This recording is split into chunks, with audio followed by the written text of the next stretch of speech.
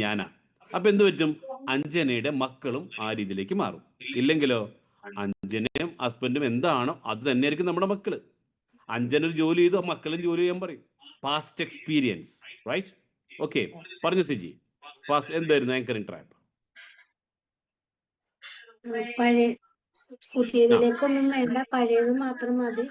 എന്റെ അച്ഛൻ എങ്ങനെയായിരുന്നോ അതിനെ മാത്രം വിലയിരുത്തി ജീവിക്കുന്നത്. പാസ്റ്റ് എന്റെ അച്ഛൻ എന്തായിരുന്നോ, എന്റെ ഹസ്ബൻഡ് എന്താണോ അല്ലെ, അതിൽ നിന്നുകൊണ്ട് ജീവിക്കുക. ആ എക്സ്പീരിയൻസ്, ഞാനൊന്നും രക്ഷപ്പെടാൻ പോണില്ല, മതിയെന്ന്, ഇത്ര പറ്റുള്ളൂ എന്നെ കൊണ്ട്, അല്ലേ? ഞാൻ എന്റെ നാട്ടുകാരത്തിയാണ്, ഞാൻ എന്റെ വീട്ടുകാരത്തിയാണ്, എന്റെ അച്ഛൻ അതാണ്, എന്റെ ഭർത്താവ് ഇതാണ്, ഇങ്ങനെ പറഞ്ഞ് പാസ്റ്റിൽ നിന്നുകൊണ്ട് ജീവിക്കുന്ന ആ ട്രാപ്പിൽ നമുക്ക് ഊരിയേ പറ്റൂ. അഷ്റഫ് ഖാ പറഞ്ഞോ, അല്ലെ? ഈ ഒരു ട്രാപ്പിൽ ഈ ഒരു ട്രാപ്പിൽ നിന്ന് നമുക്ക് പുറത്ത് കിടക്കേണ്ടതുണ്ട്. അങ്ങനെ പുറത്ത് കിടക്കണമെങ്കിൽ രണ്ടാമത്തെ ട്രാപ്പിലേക്ക് പോകണം. അഷ്റഫ് കൺമ്യൂട്ട് ചെയ്തോ. അപ്പോ ഈ രണ്ടാമത്തെ ട്രാപ്പ് എന്താണെന്ന് മനസ്സിലാക്കിയാൽ മാത്രമേ ഒന്നാമത്തെ. അപ്പൊ ഒരു കാര്യം മനസ്സിലായി, നമ്മളിപ്പോ ഇവിടെ ഉണ്ട്, ആങ്കറിംഗ് ട്രാപ്പ് എന്ന് പറയുന്ന trap. Very good morning. Good morning. സൗദിയിൽ നിന്നാണ് സംസാരിക്കണേ. നിങ്ങളൊന്ന് കാണാൻ വേണ്ടി കൊതിച്ചിരിക്കായിരുന്നു. ഞാനിപ്പോഴാണ് കയറാൻ പറ്റില്ല. ഞാൻ ഉറക്കം വെച്ചിട്ടൊന്ന് കാത്തുന്ന 5:30 മണിക്ക് ഇതിലൊന്ന് കയറണം എന്നൊരു വലിയൊരു ആഗ്രഹം ഉണ്ടായിരുന്നു. കാരണം എൻ്റെ ജീവിതത്തിന്റെ എല്ലാം ഒന്ന് മാറ്റിമറിച്ചു. 34 കൊല്ലത്തെ എൻ്റെ സർവീസ്, സൗദിയിലെ, ഗൾഫിലെ, ഇതെല്ലാം മാറ്റിമറിച്ചുകൊണ്ട് നല്ലൊരു അച്ചീവ്മെന്റ് എനിക്ക് തന്ന സാറിന് എങ്ങനെയാ നന്ദി പറയേണ്ടതെന്ന് അറിയില്ല. എനിക്ക് മാത്രം, എൻ്റെ കുടുംബത്തിനും. എൻ്റെ ചെറിയ മോളിപ്പോ +2 പഠിക്കുന്ന മോള് വരണത് എനിക്ക് പപ്പനെ പോലെ അല്ലെങ്കിൽ നിസാം സാറിനെ പോലെയൊക്കെ എനിക്ക് ബിസിനസ്സിലേക്ക് ഇറങ്ങാൻ താല്പര്യം. പഠിക്കും വേണം, ബിസിനസ്സിൽ ഇപ്പോൾ വിളിച്ചിരിക്കുകയാണ്. ഷെഫീഖിനൊക്കെ സ്വന്തം വിളിച്ചിരിക്കുക, സാറേ എനിക്ക് ബിസിനസ് പഠിക്കണം എങ്ങനെയാന്ന്. അപ്പൊ ഇതാണ് ഇതുള്ളത്. സത്യം പറഞ്ഞിട്ടുണ്ടെങ്കിൽ നമ്മളിപ്പോ എന്താ പറയാ, എൻ്റെ വൈഫിനൊക്കെ കുറെ ആരോഗ്യത്തിനൊക്കെ കുറെ മെച്ചപ്പെട്ടിട്ടുണ്ട് സാറേ. കുറെ പ്രശ്നങ്ങൾ ഉണ്ടായിരുന്നു, അതൊക്കെ അവിടെ വന്ന് സാറിന്റെ 2 ക്ലാസ് കേട്ടതിന്റെ ദിവസം തുടങ്ങിയ ആള് പറ്റ മാറിപ്പോയി. ആളൊക്കെ ഇപ്പൊ നല്ല എന്താ പറയാ, മരുന്നൊക്കെ കുറെ കുറച്ചിട്ടുണ്ട്. അതൊക്കെ നിങ്ങളൊരു എന്താ പറയാ, ഒരു ദൈവത്തിന് തുല്യം തന്നെ പറയാ. ഞാൻ ഒരു 10 ഡോക്ടർമാരെ കാണിച്ചിട്ടുണ്ട്. നിങ്ങളെ 2 ക്ലാസ്സിൽ കൂടെയാണ് അവളെ വലിയൊരു രോഗം തന്നെ മാറി കിട്ടിയെന്ന് പറയാം. ഞാൻ എൻ്റെ ഏറ്റവും വലിയ ബിസിനസ് ആയിരുന്നു അത് അച്ചീവ് ചെയ്യാൻ സാധിച്ചു സാറേ, നിങ്ങളൊരു ആ ക്ലാസിന്റെ ഇതിൽ തന്നെ.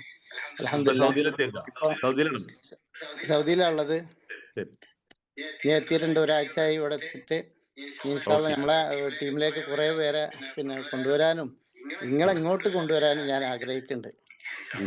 നമ്മളെ ബിസിനസ് സൗദിയിൽ കുറെ ആൾക്കാരെ ഞാൻ ഇത് ചെയ്തിട്ടുണ്ട്. ഏതായാലും ഇപ്പൊ ഈ റമദാൻ ടൈമൊക്കെ അതിനെ കൊണ്ട് കുറച്ച് തിരക്കാണ്. അത് കഴിഞ്ഞിട്ട് നമുക്ക് കുറച്ച് ടീമിനൊക്കെ ഇവിടെ കിട്ടിയിട്ടുണ്ട്. അവരൊക്കെ പറഞ്ഞ് മനസ്സിലാക്കി കൊടുത്തിട്ട് നമ്മൾ ഇതിലേക്ക് കൊണ്ടുവരാണ്ട്. സാറ് ക്ലാസ് കേൾക്കാനൊക്കെ ഞാൻ കുറെ ആൾക്കാർക്ക് ലിങ്ക് കൊടുത്തിട്ടുണ്ട്, കാണുന്നു പ്രതീക്ഷിക്കാം.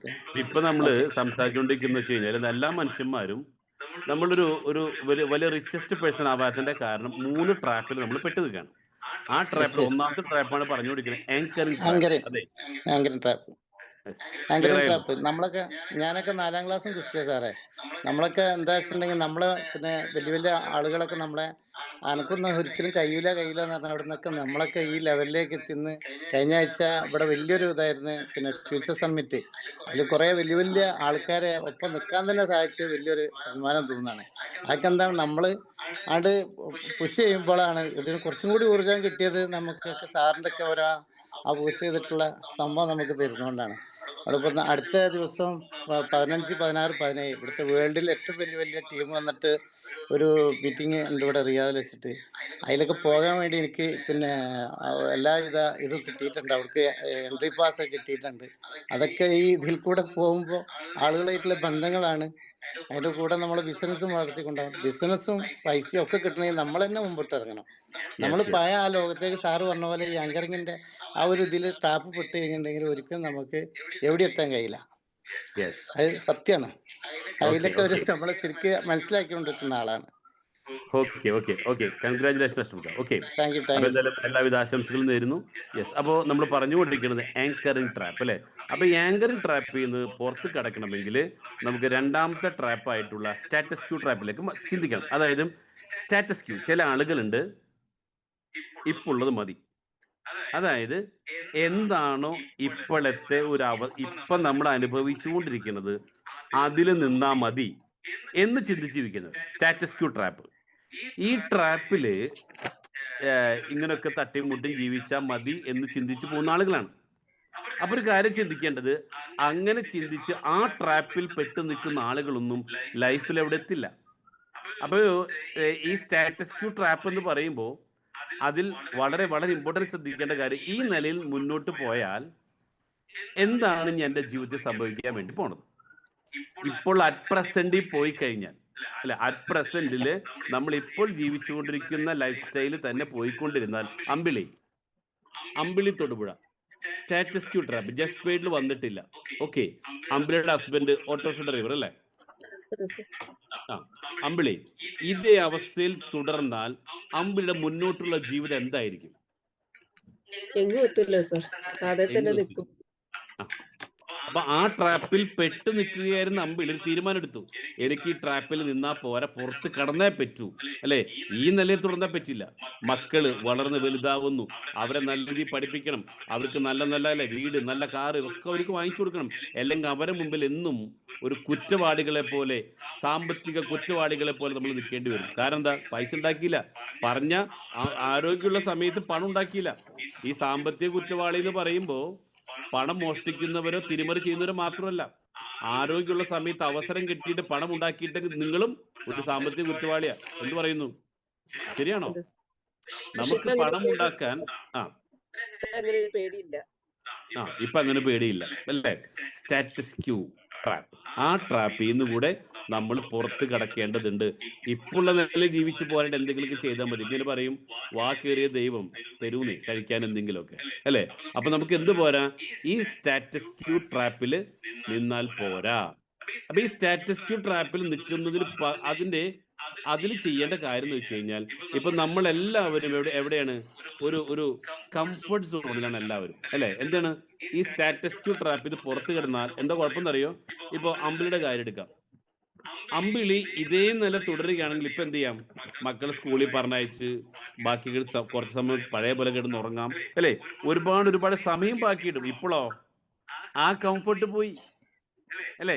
ആ കംഫർട്ടിൽ നിൽക്കുന്ന രീതി തുടർന്ന് അത് തന്നെ കിട്ടുള്ളൂ. അപ്പൊ എന്ത് ചെയ്യണം? ഇതെന്തുകൊണ്ട് നമ്മൾ ഇതിനെ പുറത്തേക്ക് കടക്കുന്നില്ല എന്ന് ചോദിച്ചാൽ എല്ലാവർക്കും പേടി. ഇതെങ്ങാനും വല്ല പ്രശ്നമാവോ, ഇത് എനിക്ക് എന്നെ കൊണ്ട് പറ്റുമോ, അല്ലെ? ഇത്തരത്തിലുള്ള ഭയമാണ്. അപ്പൊ ഇത്തരത്തിലുള്ള ഭയം കൊണ്ടാണ് നമ്മൾക്ക് എന്ത് പറ്റാത്ത, ഈ കംഫർട്ട് സോൺ പൊട്ടിച്ച് പുറത്ത് കിടക്കാൻ പറ്റാത്ത. ഓക്കെ, അങ്ങനെ പൊട്ടിച്ച് പുറത്ത് കിടക്കണമെങ്കിൽ നമ്മൾ എന്ത് ചെയ്യണം? മൂന്നാമത്തെ ലേണിംഗ് സോണിലേക്ക് നമ്മൾ കിടക്കണം. ഫോർ എക്സാമ്പിൾ, കമ്പനിയിൽ ചെയ്യാൻ പോകുന്ന പുതിയ ഒരു ബയോ മെഡിക്കൽ വേസ്റ്റ് നമ്മൾ ആദ്യം നടപ്പിലാക്കാൻ പോകുന്നതാണ്. ഇത് ഇപ്പൊ ചെയ്യുന്ന പ്രൊജക്ടിനെ വെച്ച്, റിയൽ എസ്റ്റേറ്റ് വെച്ച് നോക്കുകയാണെങ്കിൽ 100 times എഫേർട്ട് ഉണ്ട്.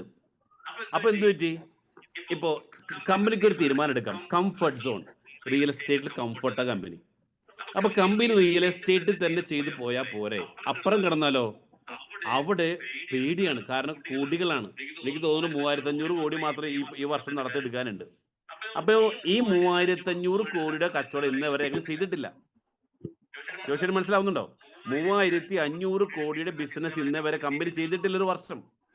പക്ഷേ ഇനി അതിലേക്ക് കടക്കുന്നത് പേടിയാണ്. പക്ഷേ ആ പേടിയെ മറികടക്കാൻ എന്ത് ചെയ്യണം? ലേണിംഗ് സോൺ പഠിക്കണം. എന്തിനാ ശ്രീലങ്ക വന്നേ ലിൻഡു? എന്തിനാ ശ്രീലങ്കയ്ക്ക് വന്ന ലിൻഡു? ആയുധത്തിന്റെ മൂർച്ച കൂട്ടാൻ സർ. അതായത് കമ്പനിക്ക് 3500 കോടി കച്ചവടം ചെയ്യാൻ അറിയില്ല, പേടിയാണ്. അപ്പൊ എന്ത് ചെയ്യണം? ലേൺ, പഠിക്കണം. പഠിച്ചാലോ ഗ്രോത്ത്. അപ്പൊ എന്ത് പറ്റി? ഗ്രോത്തിലേക്ക് പോകാൻ പറ്റും. അല്ലെ, കമ്പനി ഈ ഒരു അവസരം വന്നു, ഈ വർഷം 3500 കോടി ടേൺ ഓവർ, അടുത്ത കൊല്ലം 5000 കോടി ടേൺ ഓവർ, അടുത്ത കൊല്ലം 10000 കോടി ടേൺ ഓവർ.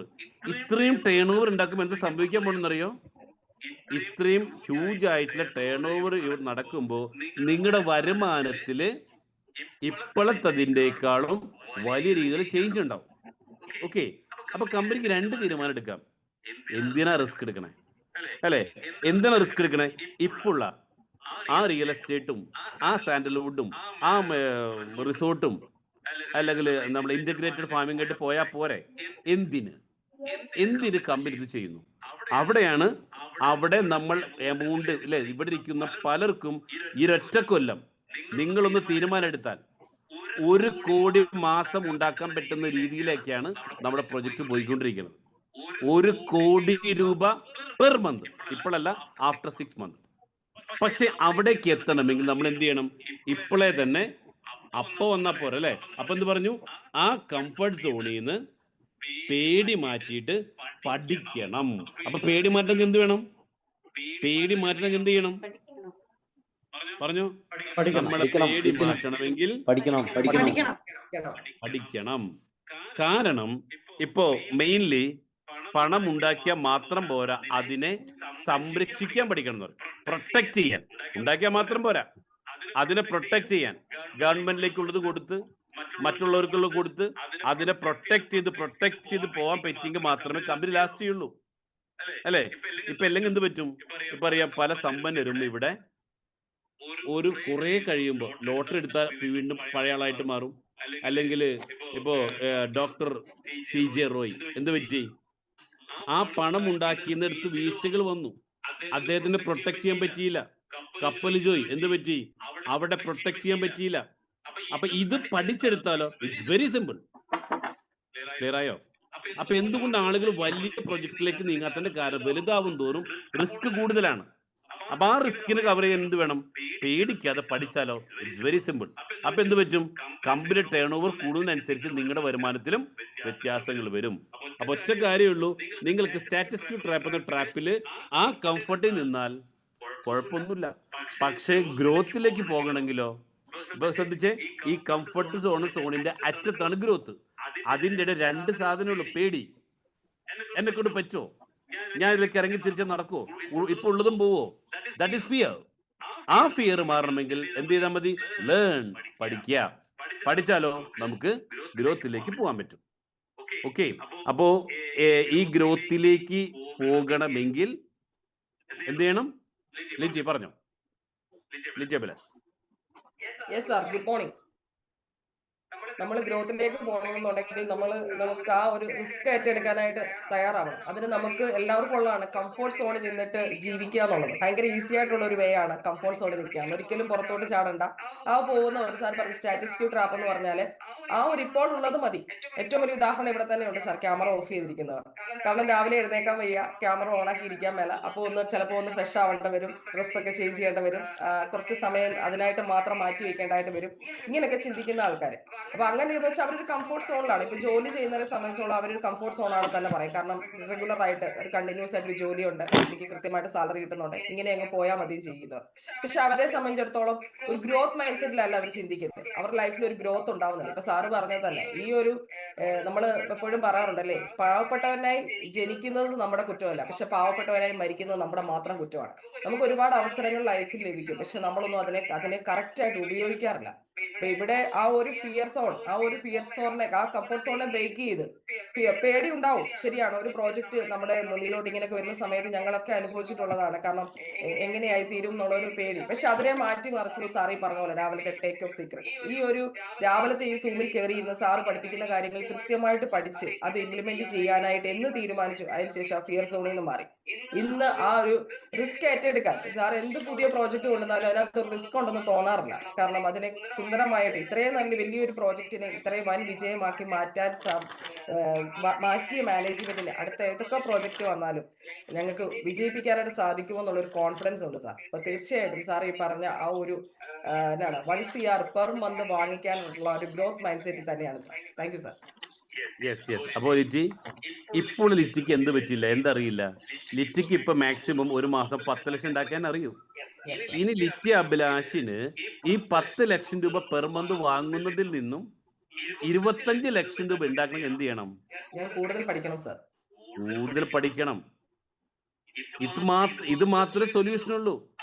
അവിടെ നിങ്ങൾ വേറെ എന്ത് ചെയ്തിട്ടും ഒരു കാര്യമില്ല കേട്ടാ. അവിടെ വേണ്ട അതിനെക്കുറിച്ച് പഠിക്കാന്നുള്ളതാ. ആ പഠിച്ചില്ലെങ്കിലോ അവിടെ തന്നെ നേരത്തെ പറഞ്ഞ എവിടെയാണ് ആ ഒരു അല്ലെ ഫസ്റ്റത്തെ കംഫർട്ട് സോണിൽ നമ്മൾ ഇരിക്കേണ്ടി വരും. ഒറ്റ കാര്യം ചെയ്യുള്ളൂ, ഡെയിലി ഇംപ്രൂവ്മെന്റ് അല്ലെ. നമ്മളിൽ തന്നെ ഇംപ്രൂവ്മെന്റ് കൊണ്ടുവന്നെങ്കിൽ മാത്രമേ ഇത് സാധ്യമാവുകയുള്ളൂ. അപ്പൊ നിങ്ങൾക്ക് ഇപ്പോൾ ഉള്ളത് മതിയോ? അപ്പൊ അഞ്ജന വിനോദ്, അഞ്ജനയ്ക്ക് ഇപ്പൊ ഒരു മാസം 25,000 30,000 ആണ്.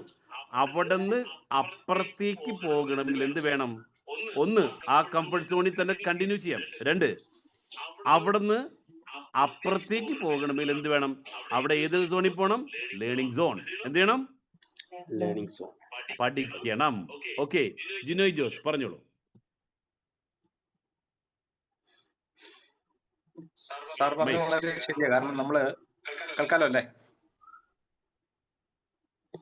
കേൾക്കുന്നുണ്ടല്ലോ അല്ലേ? Yes yes yes. സാറ് പറഞ്ഞാലും ശരിയാണ്. നമ്മളൊരു പെട്ടിക്കട തുടങ്ങുന്ന രീതിയിൽ ഒരു പലചരക്കട പറ്റില്ല, അത് പറ്റില്ല ഒരു സൂപ്പർ മാർക്കറ്റ് നടത്തണമെങ്കിൽ. അപ്പം അതുപോലെ ഒരു ഹൈപ്പർ മാർക്കറ്റ്. അപ്പൊ നമ്മുടെ ബിസിനസ് നമ്മൾ വലിയ രീതിയിലേക്ക് വർദ്ധിപ്പിക്കണമെങ്കിൽ അതിനനുസരിച്ച് എല്ലാ മേഖലകളിലും അതിന്റെ ന്യൂനതകൾ ഏതെല്ലാം തരത്തിൽ വരാമെന്നുള്ളത് മുൻകൂട്ടി കണ്ട് മനസ്സിലാക്കി പഠിച്ചിട്ട് ഇറങ്ങിയില്ലെങ്കിൽ ഈ ഇത് ചെയ്യുന്ന സമയത്ത് വരുന്ന ന്യൂനതകൾ ഒരുപക്ഷെ നമുക്ക് അതിന്റെ പ്രോബ്ലങ്ങൾ ഒരുപക്ഷെ നമുക്ക് ആ സമയത്ത് തടയാൻ പറ്റിയെന്ന് വരില്ല. അതൊക്കെ സാറ് ചെയ്ത് വളരെ കറക്റ്റ് ആയിട്ടുള്ള കാര്യം. അതായത് ഇത്രയും നാൾ ചെയ്തുകൊണ്ടിരുന്നു, അപ്പൊ പുതിയൊരു സംരംഭം വന്നു, അപ്പൊ അതിന്റെ ഒരു ന്യൂനതകളും ഉണ്ടാകാത്ത രീതിയിൽ, ഒരു കുറ്റവും വരാത്ത രീതിയിൽ അത് നല്ല രീതിയിലേക്ക് ചെയ്യാൻ വേണ്ടി സാർ അതിനുവേണ്ടി എഫർട്ട് എടുത്തപ്പോൾ പഠിക്കാൻ വേണ്ടി പോയി രംഗത്ത് പഠിച്ചുകൊണ്ടിരിക്കുന്നു. എന്നിട്ട് ഞങ്ങളെ പഠിപ്പിക്കുന്നു. വളരെ ഇങ്ങനെ മാത്രമേ ഇത് മുന്നോട്ട് കൊണ്ടുപോകാൻ പറ്റുള്ളൂ. ഇതാണ് പലർക്കും പറ്റിയിട്ടുള്ളത്. അല്ലെങ്കിൽ നമ്മൾ ഇപ്പൊ വേറൊരു വിഷയം, നമ്മുടെ ചുറ്റിനും പലരും ഈ കംഫർട്ട് സോണിൽ നിന്ന് ഇരുന്നിട്ട് എന്തെങ്കിലും ഒരു ബിസിനസ്സിലേക്കൊക്കെ ഇറങ്ങി അവരുടെ കയ്യിലുണ്ടായിരുന്ന പൈസ മുഴുവൻ പൊട്ടിപ്പൊളിഞ്ഞ് പോയി കഴിയുമ്പോഴത്തേക്കും ആളുകൾ ചുറ്റുള്ളവർ പറയും അവന് മര്യാദയ്ക്ക് അവിടെ അടങ്ങിയിരുന്നാൽ മതിയായിരുന്നു, ഉള്ളത് കൊണ്ട് കഞ്ഞി കുടിച്ച് പോയാൽ മതിയായിരുന്നു. ഇപ്പൊ കണ്ടില്ല, അത്യാഗ്രഹത്തിന് പോയി അല്ലെ വലിയ സമ്പന്നനാകാൻ പോയി, ഉള്ളതും കളഞ്ഞു ഇപ്പതേ തെണ്ടിത്തിരിഞ്ഞ് നടക്കുന്നു. ഇതിങ്ങനെ നമ്മുടെ ചുറ്റുമുള്ള ആളുകൾ നമ്മളോടൊക്കെ ഇങ്ങനെ പറയുന്നതുകൊണ്ട് അനേകർക്ക് ഇപ്പൊ ഞാൻ തന്നെ ഇതിനകത്തേക്ക് വന്നു കഴിയുമ്പോൾ പലരും ഇത് പറയുന്നുണ്ടെന്ന്. അപ്പൊ അതിനുവേണ്ടി നമ്മളെ പിന്തിരിപ്പിക്കാൻ പല സ്ഥലത്തും നെഗറ്റീവ്സ് വീഡിയോകൾ ഇതൊക്കെ വരും. അപ്പൊ ശരിക്കും നമ്മുടെ ഈ സാറിന്റെ ഒക്കെ ക്ലാസ്സുകൾ ഓരോ ദിവസവും രാവിലെ വലിയ എനർജിയാണ് എല്ലാവർക്കും വിജയിക്കുന്ന ആഗ്രഹിക്കുന്ന ആൾക്കാർക്കുണ്ടാകും. സാറിനും അത് വലിയ എനർജി കിട്ടിക്കൊണ്ടിരിക്കുക. യെസ് യെസ്, തീർച്ചയായിട്ടും തീർച്ചയായിട്ടും. അപ്പൊ പറഞ്ഞു വന്നത് ഈ ഒരു സ്റ്റാറ്റസ് ക്യൂ ട്രാപ്പിനെ കുറിച്ചാണ്. അപ്പൊ ഒറ്റ കാര്യം ചിന്തിച്ചാൽ മതി. ഇവിടെ കഴിഞ്ഞ ദിവസം നമ്മുടെ റിസോർട്ട് വാങ്ങിയവർക്കെല്ലാം റെന്റ് നമ്മൾ റിലീസ് ചെയ്തു. എന്തുകൊണ്ടാ? മാർക്കറ്റിനെ കുറിച്ച് പഠിച്ചു, അതിനെങ്ങനെ റെന്റ് ആദ്യമേ കൊടുക്കാൻ പറ്റും, ഇതെല്ലാം പഠിച്ച് എന്ത് പറ്റി? സന്ധ്യ അനീഷ് ഒന്ന് അൺമ്യൂട്ട് ചെയ്തേ. ഇത് പഠിച്ച് ബന്ധപ്പെട്ടി നമുക്ക് എല്ലാവർക്കും പറഞ്ഞ സമയത്ത് വാക്ക് പാലിച്ച് ആ റെന്റിലേക്കുള്ള അഡ്വാൻസ് കൊടുക്കാൻ പറ്റി. ഇവിടെ പല റിസോർട്ടുകളും പണിതിട്ടും അല്ലെങ്കിൽ പലതിലേക്ക് ഇൻവെസ്റ്റ്മെന്റ് ചെയ്തിട്ടും ആളുകൾ റിട്ടേൺ കിട്ടുന്നില്ല അല്ലേ? അപ്പൊ ഇവിടെ എന്താ പറ്റിയേ? വെരി സിമ്പിൾ ആയിട്ട് ഇവരുടെ കയ്യിലേക്ക് ആദ്യത്തെ ഒരു അഡ്വാൻസ് പേയ്മെന്റ് കൊടുക്കാൻ പറ്റും. കാരണം എന്താ? അവിടെ നിങ്ങൾക്ക് എങ്ങനെ ഇത് വാടകയ്ക്ക് കൊടുത്തില്ലെങ്കിലും അതിന്റെ നമ്മൾ അഡ്വാൻസ് ബുക്കിംഗ് എടുത്തിട്ട് ഇൻവെസ്റ്റേഴ്സിനുള്ള റെന്റ് നമ്മൾ ആദ്യം ഒരു അഡ്വാൻസ് പേയ്മെന്റ് ഗ്യാരണ്ടീഡ് ആക്കി പറഞ്ഞ വാക്ക് പാലിക്കുക. അപ്പൊ അതുകൊണ്ടാ അത് പഠിച്ചെടുത്തതാ. അല്ലെങ്കിൽ എന്ത് കമ്പനിക്ക് എന്ത് തീരുമാനിക്കാം? അതെ, കോട്ടേജിന് പണി തീർന്നിട്ടില്ല, ഇനിയും കുറച്ച് സമയങ്ങൾ എടുക്കും, വാടക ഇല്ല കേട്ടോ, ഒറ്റ വാക്ക്. അവിടെ എന്ത് ചെയ്തു? നമ്മൾ സാലറിക്കാളെ പോസ്റ്റ് ചെയ്യുന്നു, വേറെ എന്ത് ചെയ്തു? അവിടെ പുതിയ സ്ട്രാറ്റജി ഡെവലപ്പ് ചെയ്ത് നമ്മൾ ചെയ്ത് കൊടുത്തില്ലേ? സന്ധ്യ അനീഷ്, നമ്മൾ ആ റെന്റ് കൊടുത്തപ്പോൾ ആളുകൾ കിട്ടിയിട്ടുള്ള സന്തോഷം ഉണ്ടായിരുന്നു അല്ലേ? സന്ധ്യ ഒന്ന് അൺമ്യൂട്ട് ചെയ്തേ. Happy morning all of you. Voice കേൾക്കുന്നുണ്ടെന്ന് വിചാരിക്കുന്നു. ട്രാവലിംഗ് ആണ്. ഞാൻ ഇന്നലെ സാറിന് ഒരു വോയിസ് മെസ്സേജ് അയച്ചിട്ടുണ്ടായിരുന്നു. കാരണം കഴിഞ്ഞ ദിവസം ഒരുപാട് പേർക്ക് റെന്റ് അക്കൗണ്ടിലേക്ക് വന്നപ്പോ എന്റെ പേഴ്സണലി ഒരുപാട് പേര് മെസ്സേജ് അയച്ചിട്ടുണ്ടായിരുന്നു. ഭയങ്കര ഹാപ്പി. കാരണം അത് എത്ര എമൗണ്ട് ആണെന്നുള്ളതല്ല, നമ്മൾ പറയുന്ന കാര്യങ്ങൾ കറക്റ്റ് ആയിട്ട് അത് അവരിലേക്ക് എത്തിക്കുമ്പോൾ അല്ലെങ്കിൽ അവരുടെ അക്കൗണ്ടിലേക്ക് എത്തിക്കുമ്പോൾ ഒരു ട്രസ്റ്റ് കുറച്ചും കൂടെ കൂടുതലാണ്. ഇപ്പൊ ഞാൻ പറഞ്ഞത് കാരണം ജസ്റ്റ് ഓഡിയൻസ് ആവുമ്പോൾ ജസ്റ്റ് ഓഡിയൻസിന് ഇതിൽ കൂടുതൽ ട്രസ്റ്റിന്റെ ആവശ്യമില്ല. പക്ഷെ ഇൻവെസ്റ്റേഴ്സ് ആയിട്ടിരിക്കുന്നവര് അവർ ഇൻവെസ്റ്റ് ചെയ്യാൻ വേണ്ടിട്ട് മാത്രം വരുന്നതാണ്. അപ്പൊ ആ ഇൻവെസ്റ്റേഴ്സിന് നല്ല രീതിയിൽ ഒരു കുറച്ചുകൂടി ട്രസ്റ്റ് എനിക്ക് തോന്നുന്നത് ഇനി വരുന്ന പ്രൊജക്ടുകളിൽ നമുക്ക് ഇതൊരു മുതൽക്കൂട്ടാണ് ഈ റെന്റ് കൊടുത്തത് എന്നുള്ളത്. അപ്പൊ ഇനി വരുന്ന പ്രൊജക്ടുകൾ ഒരുപാട് പേര് ഇതിനകത്തേക്ക് ഇൻവെസ്റ്റ് ചെയ്യാനും നല്ല രീതിയിൽ ഈ ഒരു ടീമിനെ ബിൽഡ് ചെയ്യാനും ബിസിനസ് കൊണ്ടുപോകാനും നമുക്ക് സാധിക്കും. Thank you so much sir. എന്തായാലും ഞങ്ങളുടെ സൈഡിൽ നിന്നും താങ്ക് യു സോ മച്ച്. കാരണം പറയുന്ന കാര്യങ്ങളെ പറയുന്നതിനേക്കാൾ കൂടുതൽ 2 മാസം മുന്നേ തന്നെ നമ്മളുടെ എല്ലാവരുടെ അക്കൗണ്ടിലേക്ക്, ഇത് എന്റെ ഹസ്ബൻഡ് ആണെങ്കിലും പറഞ്ഞു, അയ്യോ ഒരു പ്രാവശ്യം വന്നല്ലോ, പിന്നെയും അക്കൗണ്ടിലേക്ക് പൈസ വന്നുകൊണ്ടിരിക്കുന്നുണ്ടല്ലോ എന്ന് പറഞ്ഞു. അതെന്താ കമ്പനിക്ക് തെറ്റിപ്പോയതാണോ? പക്ഷെ നമ്മൾ പറയാറുണ്ട്, നമ്മൾ ഒരെണ്ണത്തിൽ നിക്ഷേപിക്കാതെ നമ്മൾ പല ഇതിനകത്തേക്ക് ഇൻവെസ്റ്റ്മെന്റ് ആയിട്ട് ചെയ്യാൻ പറഞ്ഞു. അപ്പൊ എന്റെ ഹസ്ബൻഡ് പറഞ്ഞു, അല്ലെങ്കിലും ഇൻവെസ്റ്റ് ചെയ്ത് പൊളിയല്ലേ. Okay sir, thank you so much. Okay congratulation Sandhya അല്ലേ? യെസ്. അപ്പോൾ പറഞ്ഞു വന്നത്രേ ഉള്ളൂ, നമ്മൾ എന്തൊരു കാര്യത്തെക്കുറിച്ച് പഠിച്ച് ചെയ്താൽ it's very simple. Company resort നടത്തിയപ്പോൾ എന്ത് പറ്റി, അതിൻ്റെ ഡീപ്പ് ലെവലിലേക്ക് പഠിച്ചു. അതെങ്ങനെ വാടകയ്ക്ക് കൊടുക്കാം, അത് വാടകയ്ക്ക് പോയില്ലെങ്കിൽ എങ്ങനെ കൊടുക്കാം, ഇതിനെക്കുറിച്ച് സ്റ്റഡി ചെയ്തപ്പോൾ ഇറ്റ്സ് വെരി സിമ്പിൾ. ഇനി വരാൻ പോകുന്ന പ്രൊജക്റ്റ് വലുതാണ് നമുക്കറിയാം, പക്ഷെ എന്തായിരുന്നു, അതിനെക്കുറിച്ച് വെൽ സ്റ്റഡി നടത്തിയിട്ട് 2 കാര്യമുണ്ട്. 1 കമ്പനിക്ക് നടപ്പിലാക്കണം, 2 അത് നിങ്ങൾ പഠിപ്പിച്ചും തരണം. ഇത് പഠിച്ചിട്ട് ചെയ്താൽ മാത്രം പോരല്ലോ അല്ലേ, ഇത് നിങ്ങളെ പഠിപ്പിച്ചിട്ട് ആ റൂട്ടിൽ കൊണ്ടുവരാൻ വേണ്ടി പോകണം. അപ്പൊ കമ്പനിക്ക് എന്ത് ചെയ്യും, കമ്പനി ഇതേപോലെ നിരന്തരം ലേൺ ചെയ്യുന്നത് കൊണ്ടാണ് ഇത് വളരെ സിമ്പിളായിട്ട് നടത്തിക്കൊണ്ടുപോകാൻ പറ്റണത്. ഓക്കെ, അപ്പൊ നമ്മൾ 2 ട്രാപ്പാണ് പഠിച്ചത്. അപ്പോൾ ഈ 2 ട്രാപ്പ് നമ്മൾ അതൊന്ന് പഠിച്ച് അതിൻ്റെ കറക്റ്റായിട്ടുള്ള റിയാലിറ്റി മനസ്സിലാക്കുക. എന്തുകൊണ്ട് ഞാനിങ്ങനെ അല്ലേ, നമ്മളൊന്ന് നമ്മുടെ മുൻകാല അനുഭവങ്ങൾ, 2 ഇപ്പോൾ ഉള്ളത് മതി. ഈ 2 കാര്യങ്ങൾ പെട്ടുപോയ ആളുകളാണ് നമ്മൾ ഭൂരിഭാഗം. ഓക്കെ, അപ്പം അതിനെ തിരുത്തിയിട്ട് നമുക്ക് മുന്നോട്ടേക്ക് പോകേണ്ടതുണ്ട്. അപ്പം എനിക്ക് ക്ലാസ്സിൽ കയറാനുള്ള സമയമായി, അപ്പം ഞാൻ പഠിക്കാനുള്ള നേരമാണ്. അപ്പം നിങ്ങൾ എന്ത് ചെയ്യുക, ബാക്കി നിങ്ങൾ കണ്ടിന്യൂ ചെയ്തോളൂ. ഓക്കെ, അപ്പോൾ ലിൻഡു, വിജയേട്ടനും ശുക്കൂറും ലൈനിലുണ്ട്. ലിൻഡു ഒന്ന്